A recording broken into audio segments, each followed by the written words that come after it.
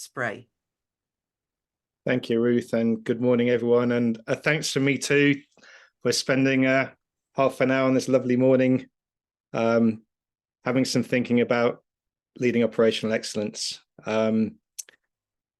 There's some esteemed people on this call, and I'm sure a lot of what I'm going to share is not new knowledge to any of you.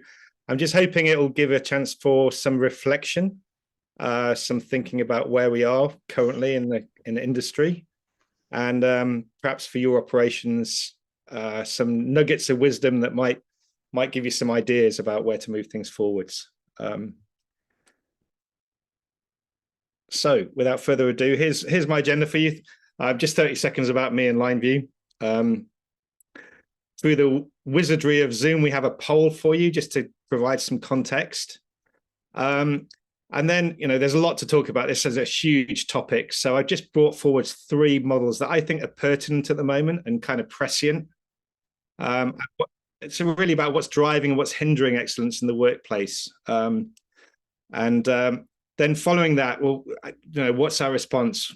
What are the conditions we need as leaders to create to have successful operational excellence in our workplace? And then just a little bit about mindset and skill set. I'm finding we're working a lot on skills in organizations, but mindset's so important too. And then a tiny bit of naked selling, but not an awful lot. But a bit of a Lineview lens on leadership. We've created some models, tools, resources. Finally, we have a Lineview Academy. I'll just share a little bit about that. And please feel free. The more interaction and feedback I get, the better my knowledge and learning becomes. So appreciate that. So just a tiny bit about Lineview and me, I guess. Lineview has been in existence for 24 years. Its origins was in Coca-Cola, North London plant in Edmonton, where a group of leaders got together and realized they didn't have the right data to drive performance in their plant. And they subsequently took that plant to one of the best factories on the planet in terms of operational effectiveness and efficiency. Everybody at Lineview are real experts in Industry 4.0. My team are kind of top guys in operational excellence, and we work around the world globally. We're kind of known for our software, but we're also really great, I think, at change leadership. I would say that, of course. But our big thing is about getting really successful factories for our customers, and we have some great long-term relationships where we're delivering some considerable financial benefits. A bit about me: 30 years in industry. Wow, that was quick. Went by in a flash. But I get to see probably 50 factories a year. And I see some great ones, and I see some that are facing challenging times, and I see ones on the up. So today really is just about some of the thoughts that I've had over the last few years, and what I'm thinking about at the moment. And I'd love to hear your thoughts about that too.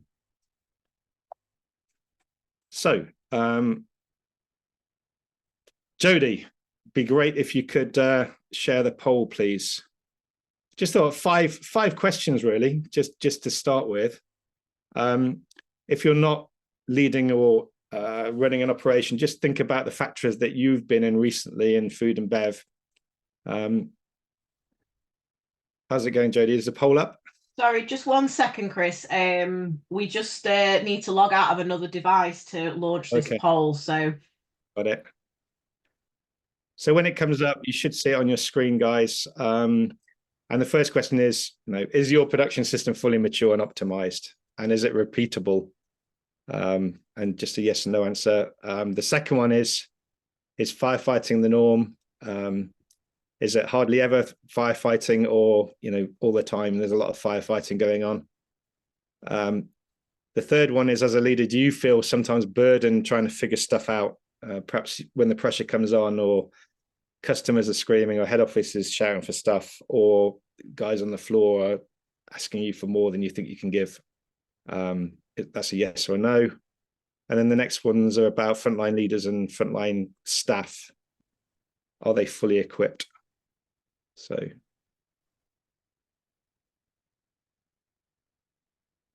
Sorry, Chris, we're having a little bit of trouble on this end. That's all right, no problem.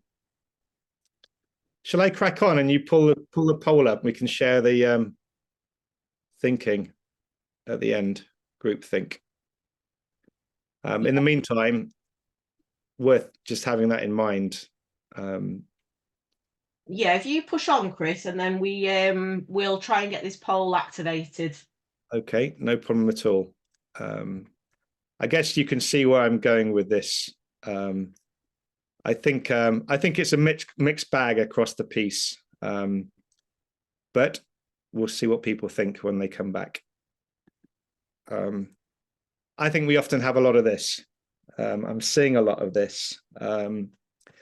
It's almost like we're in a post TPM, post lean world in food a lot of the time, where we've developed a lot of systems. We had a lot of hard yards in the 90s and early noughties to kind of learn how to operate, and then we've added and added and added and added, and everybody's doing their thing and doing the best they can. But I see a lot of skills gaps. I see a lot of data gaps. And I see a lot of standards gaps regularly, and probably systemic issues. It's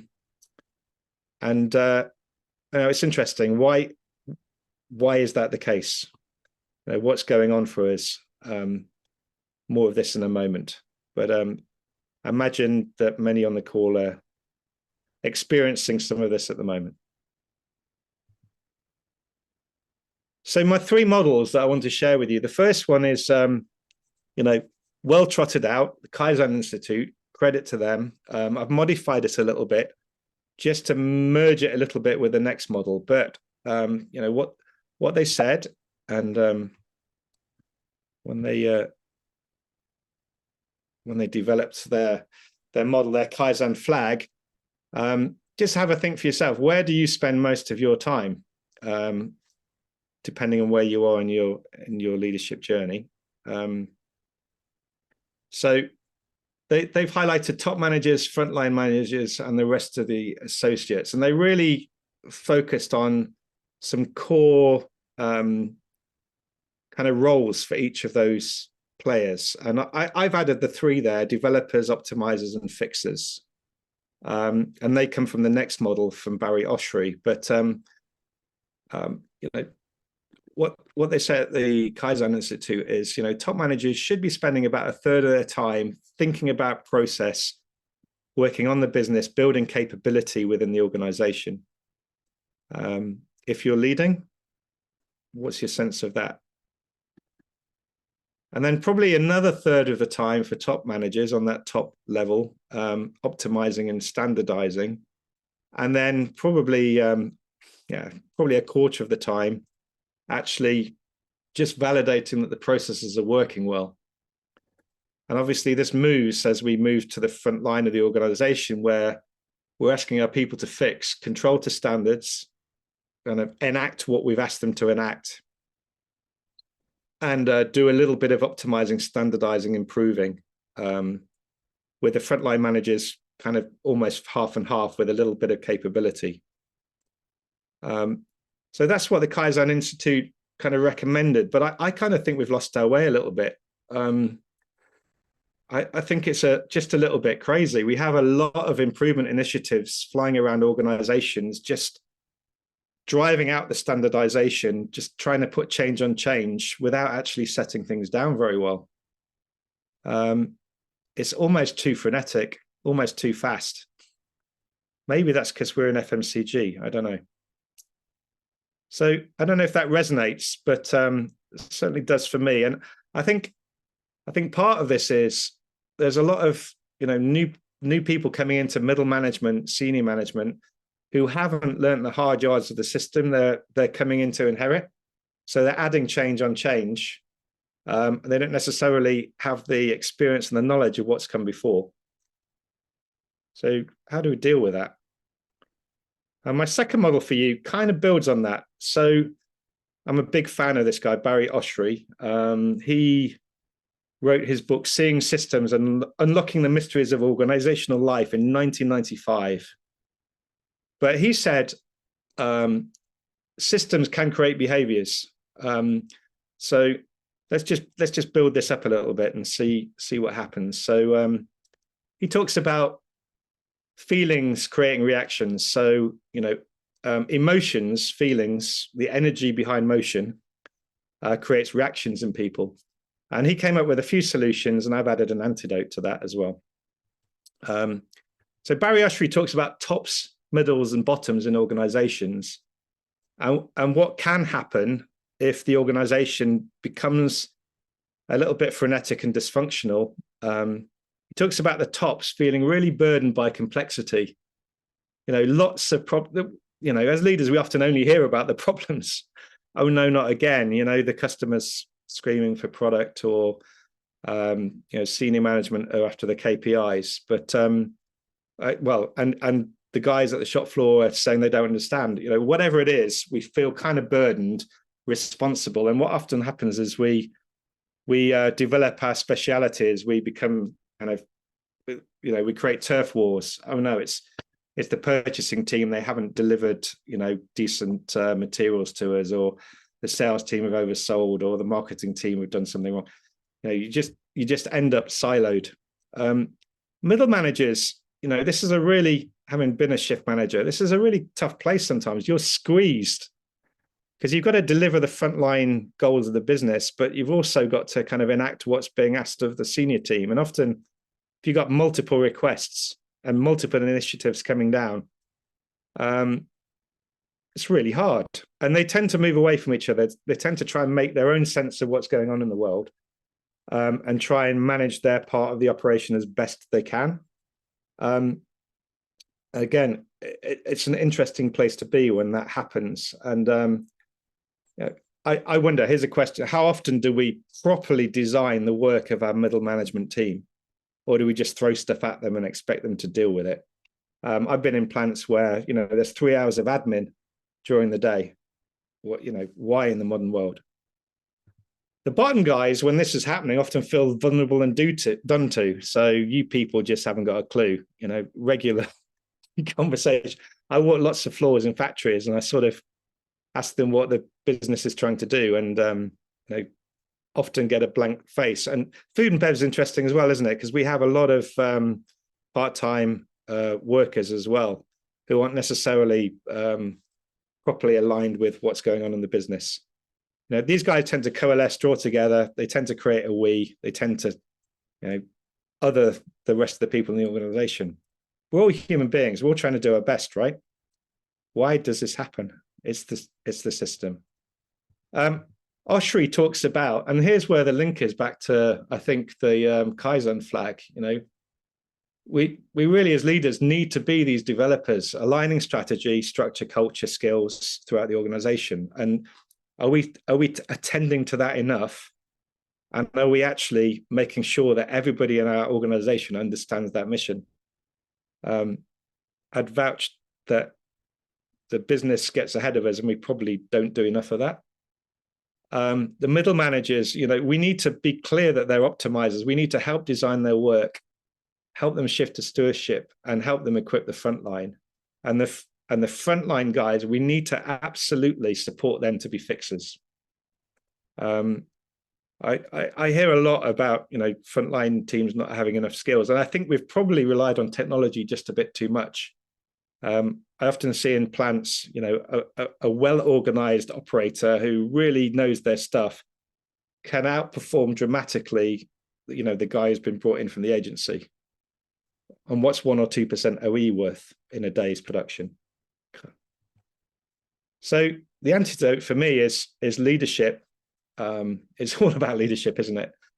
But how can we help everybody see the system, stop these first 2 boxes happening? And I think a lot of this is working on skill set and mindset and equipping people. And the final question really is, are your people talking about what you're talking about? Sort of vital question of leadership, I think. Are your people talking about what you're talking about? Because if they're not, we're not really leading, are we?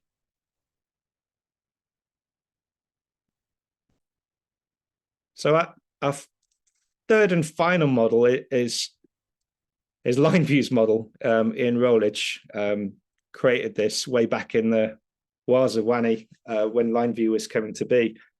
But a formula for success, if you think about it, the results we get are a function of the input and the work we're putting into them. And we'll create a level based on the level of activity that's going on in the business. But so often we don't have accurate and actionable information that's real time, that's actually showing us where the line, particularly if it's aligned with a theory of constraints and a bottleneck, we don't necessarily understand where the problems are occurring that stop the bottleneck. Do we have the right data? I think, if you're at 40% OEE, you're going to have gross problems, that's fine. But as you get to the 60s, the 70s, the 80s, you need more and more accuracy and a finer and finer lens on the issues in the plant. So it needs working on. Second one is focus. So, management routines. And we see at Lineview various levels of capability in management routines and various levels of attention to management routines. But as leaders, are we focusing on constantly trying to improve the capability of those to really ensure that effective decision making is taking place? Do we really understand? Are we really confirming how well those are going? And the final piece is really, are we targeting the activity, and are we equipping our staff to be able to take the right actions? How good is our problem solving? And increasingly, we're being able to predict failures in machinery and in processes. How forward focused are we? And we need to attend to all of these three areas. And if we kind of just let them flow, they generally degrade over time as we get churn in our business and new people come into the business without that knowledge and understanding of what's come before. So they're the three models. Why do we do it? Well, it's obvious, isn't it? OE can be phenomenal in some of the businesses that we're working in. A 1% OE in a fast can line in a soft drinks business can develop £1 million of extra revenue if it's capacity constrained. But also, we've got the environmental sustainability requirements. And also, I think if we bring our staff up to a greater level of skill, it's a win-win for them and for us, right?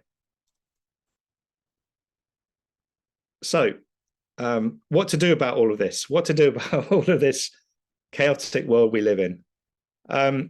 I'm a great believer in what Kaizen Institute said, and Masaki Imai wrote this book in 1986, this great book that had 10 pages of the key to success, 10 pages, and the rest was all lots of fluff about how to enact it. But the principles are really the same. And he talks about leaders creating the right conditions. And do we have the right conditions in our organizations?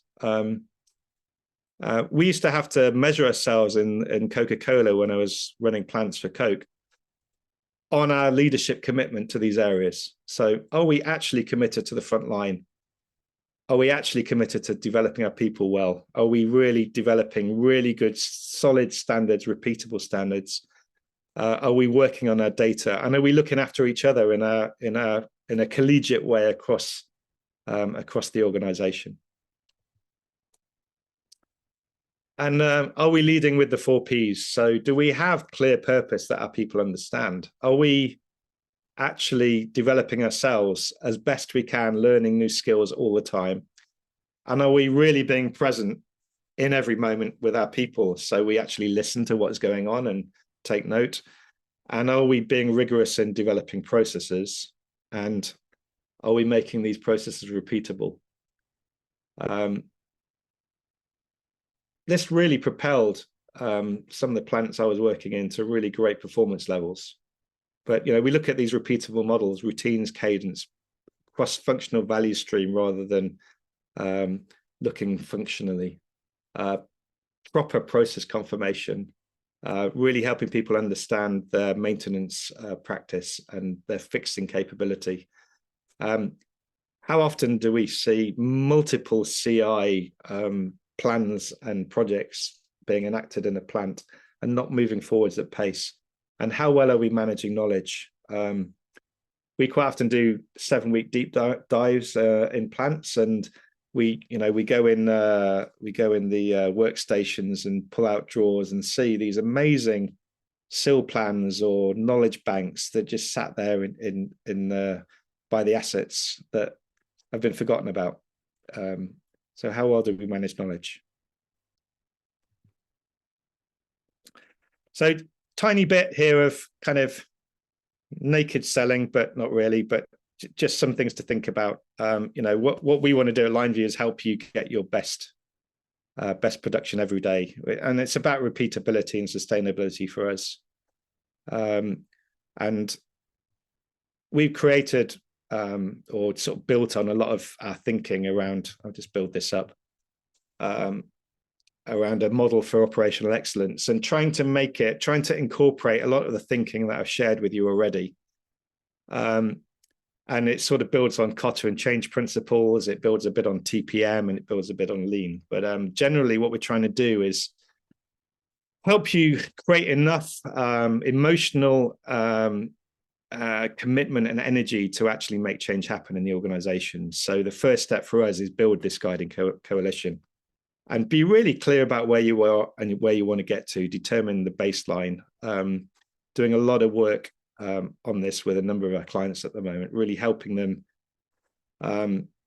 create the right environment with the right people to start with. Because those leaders are, and often future leaders, this is a great place to really grow your young and emerging leaders through the business. Step 2 for us is about this learning and development, actually equipping people, giving them a why, giving them an understanding of why it's important to do the things the way we expect them to do things, and focus on fundamentals. Experience from Coca-Cola, again, running factories in Scandinavia, we did a whole lot of work on just laying the foundations, getting we call them brilliant basics right. And then once you're there, you can start to move on, really. And all of the rest of the model is kind of, you move it forwards together, not necessarily in order, but, the operating management system, the F in the IFA is, absolutely vital. Leadership skills, mindset, and practice is vital. And then really targeting focus improvement, vital. As is building an understanding of maintenance, proper maintenance of assets, and understanding how to care for and look after the assets. And finally, we've added the knowledge management piece on the top of that. We also really focus on helping people learn in 4 key areas. So we look at leadership, people engagement, helping people, this concept of getting people to think about and talk about what you're talking about is leadership. And then we talk about management, which are these disciplines, proper process and methodology.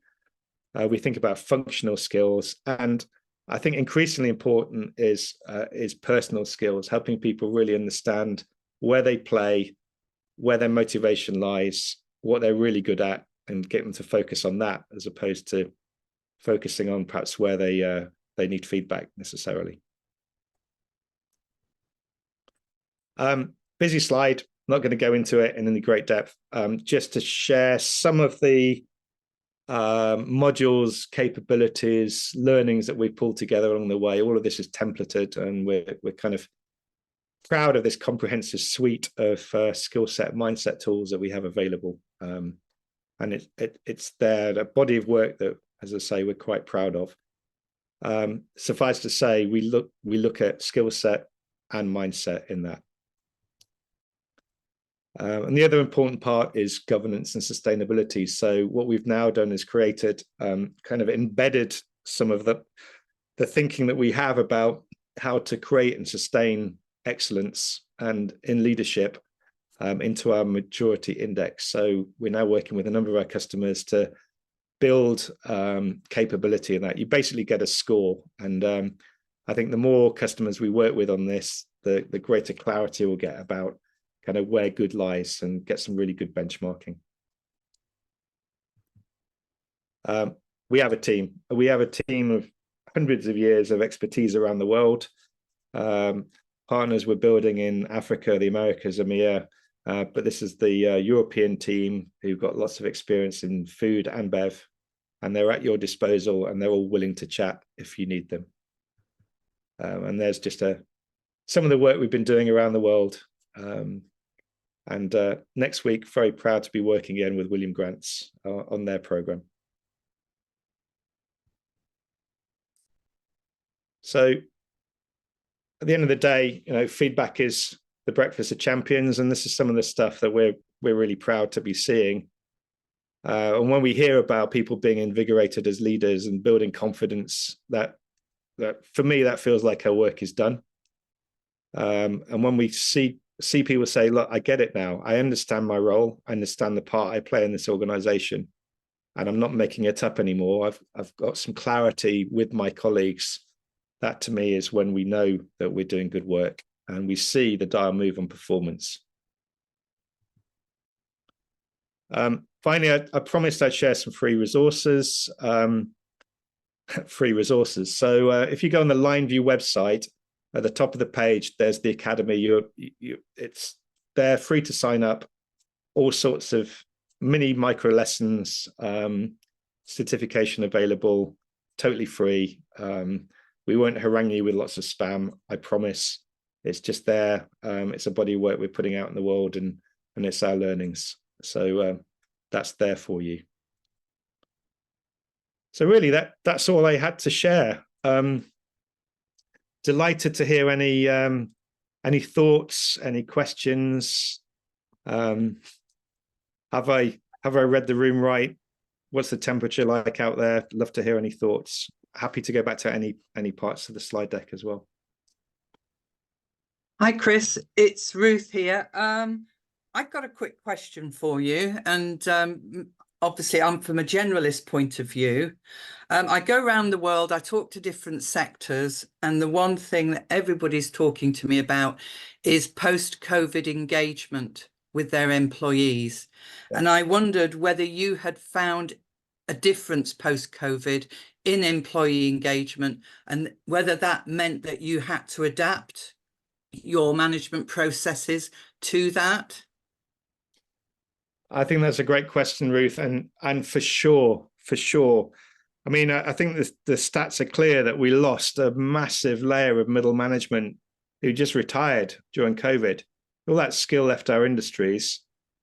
We've promoted a lot of people, and I don't think we've done right by them in a number of situations. And they're learning. They're learning fast. Lots of very capable people, but they just haven't got the experience. I think we just need to work really hard to re-engage. And obviously during COVID, it was hard because it was remote. We found that in Lineview, actually implementing our software systems around the world remotely, those implementations have not been anywhere near as good as the ones where we've been face-to-face, standing shoulder to shoulder with our clients. So I think that's a great point. Great. And the other thing, Chris, is that we think we might have the poll sorted if you want us to try again, or if you want us to leave it. That would be great, just to get people's view. If you can get it up, that'd be really good. Okay, I'm just pressing relaunch poll. Right. So hopefully people can see the poll. Thank you, Ruth. Yes.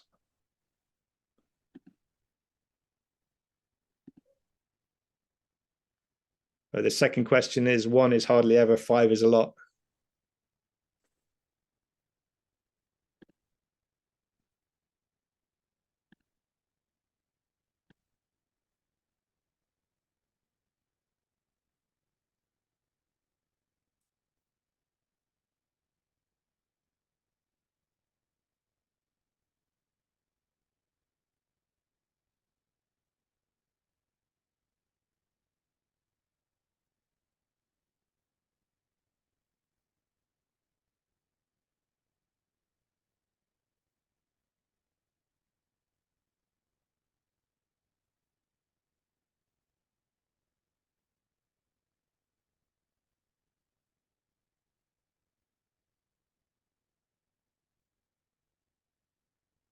give it another minute or two and we can. Yeah.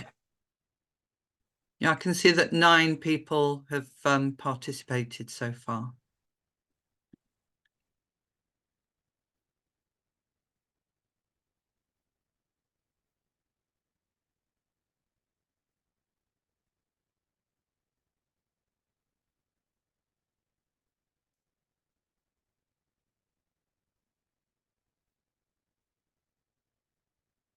Right, Chris, I think that might be the lot. Do you want me to end the poll? Yeah, why not? Let's just see what people are thinking. And I think you should now be able to see share results. Great, thanks.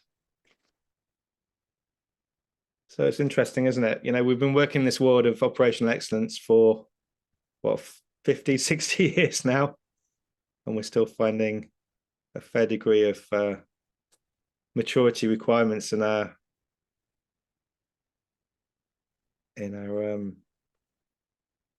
production systems.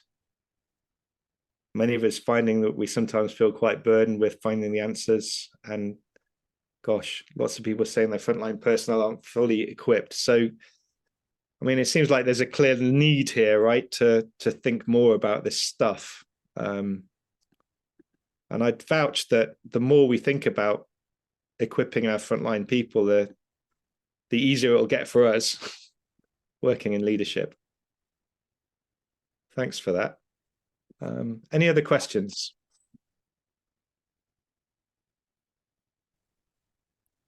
Hi, Chris. This is Shabir. I got a question. Yeah, so we all work in, to some extent, actually, in an area that you talked about. One of the challenges that I've seen actually is change management, making everything stick. Yeah. What's your experience? What's your sort of counsel on what Lineview does actually that's different when it comes to making things stick from a change management perspective, so the results are there for the longer term? Yeah. The first thing I'd say is make it very clear through races about roles and responsibilities. And in change management, the most important thing is to understand what's currently in play and design people's roles and help them understand what they need to be doing differently, so they get a clear picture of what the future is we're asking them to enter. There's a whole piece in change about helping people let go. So, you know, the brain is an interesting thing. It's trying to constantly minimize the amount of energy it's using. So once we get stuff and it's integrated, it's hard won, so we hold on to it. And then we ask people to change. Well, their brains have to actually use a lot of calories and energy to think differently. So helping people, this systemic approach, understanding that, you know, change is happening. There are pros and cons to it. Helping people get their heads around what it is we're requiring of them is important. But there's got to be a compelling reason to go as well. So there's got to be a carrot and often a stick. There's got to be a burning platform to move. Otherwise, people won't let go of where they have been to move on to the next step.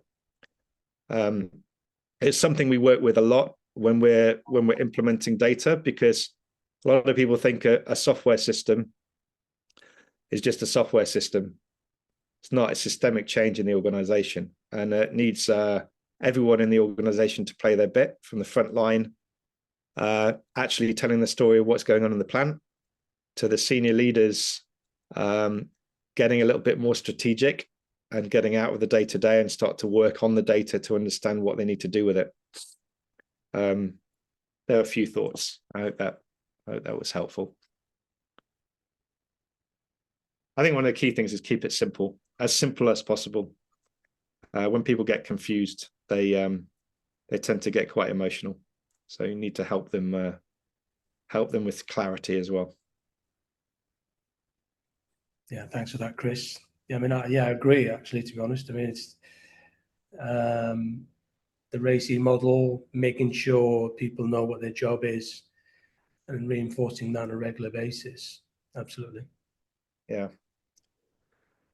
And I think those three things, that fixes fix, middle managers optimizing, and front and top level leaders developing, I think we need to keep that more in mind, as opposed to jumping on white horses and charging into battle on the front line. You know, let's equip people. Let's be really clear about where we play and what our roles are in organizations.